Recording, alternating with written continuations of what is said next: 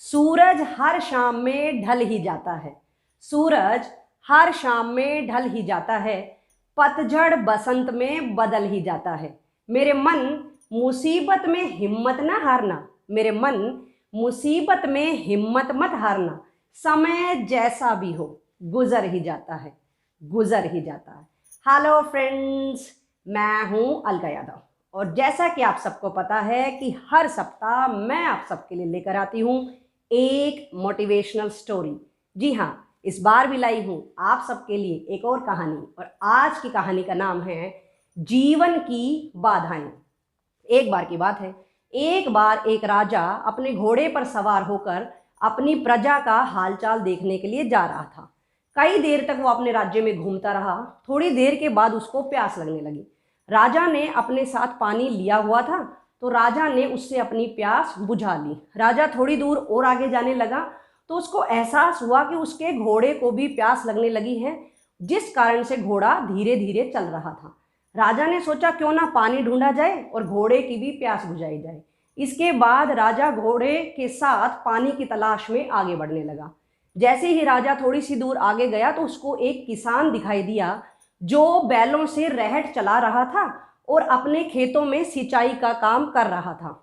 राजा वहां पहुंचा और राजा ने किसान से कहा कि मेरे घोड़े को पानी पिला दो। यह बात सुननी थी कि किसान ने राजा से कहा कि आप अपने घोड़े को ले आइए और पानी पिला लीजिए। राजा घोड़े को पानी के पास लेकर गया, लेकिन घोड़ा पानी पीने की बजाय पीछे चौंक कर हटने लगा। राजा ने ऐसा फिर से किया। फिर राजा को समझ में आया कि जो पानी निकलने से रहट चलने के कारण खटखट की आवाज हो रही थी, उससे घोड़ा पानी नहीं पी पा रहा था। राजा ने उस किसान से कहा कि आप थोड़ी देर के लिए अपने बैलों को रोक दें ताकि ये खटखट की आवाज बंद हो जाए और इसके बाद घोड़ा पानी पी लेगा। तो यह बात सुननी थी। किसान मुस्कुराने लगा और उसने राजा से कहा कि अगर मैं बैलों को रोक दूंगा तो ये जो पानी निकलना आ रहा है, पानी निकल रहा है, ये बंद हो जाएगा। घोड़े को खटखट में ही पानी पीना पड़ेगा। राजा को ये बात समझ आ चुकी थी। इसके बाद राजा ने एक बार कोशिश की, दो बार कोशिश की, बार बार कोशिश की, तो धीरे धीरे घोड़े को भी समझ आ चुकी थी कि हो ना हो मुझे इस खटखट में ही पानी पीकर अपनी प्यास बुझानी पड़ेगी। इसके बाद घोड़े ने उस खटखट आवाज की परवाह किए बिना पानी पिया और अपनी प्यास बुझा ली। और वहां से राजा अपने घोड़े को लेकर फिर से प्रजा का हालचाल देखने के लिए चला गया। तो देखा दोस्तों और बच्चों, इस कहानी से हमें सिर्फ और सिर्फ यही शिक्षा मिलती है कि हमारे जीवन में भी अनगिनत बाधाएं हैं। ये जो खटखट की आवाज थी इस कहानी में, ये हमारे जीवन में भी है।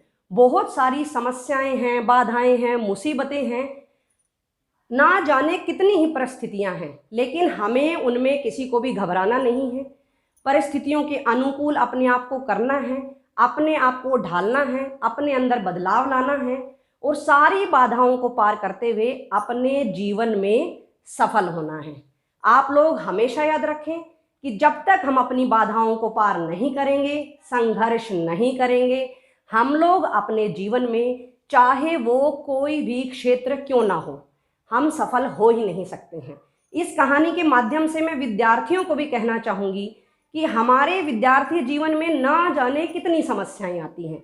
अगर मैं हाल की ही बात करूं तो अभी भी ये कोरोना काल चल ही रहा है, स्कूल भी अच्छे से खुल नहीं पा रहे हैं, बच्चों की पढ़ाई अच्छे से नहीं हो पा रही है, सबका मन डामाडोल हो रहा है। मेरा इस कहानी के माध्यम से सब विद्यार्थियों को एक अनुरोध है, आग्रह है कि आप लोग इन सब समस्याओं को साइड में रखिए और अपनी मेहनत करते रहिए।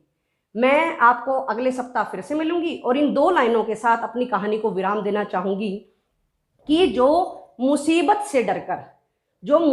से डरकर जिंदा है वो अपनी ही नज़रों में शर्मिंदा है, वो अपनी ही नज़रों में शर्मिंदा है। तो आप लोग अपनी नज़रों में शर्मिंदा ना बने, मुसीबत से ना डरे, ना घबराएं, खुश रहें, सुरक्षित रहें, मेरे साथ यूं ही बने रहें। हर सप्ताह की तरह अगले सप्ताह फिर से मिलूंगी। तब तक के लिए नमस्कार।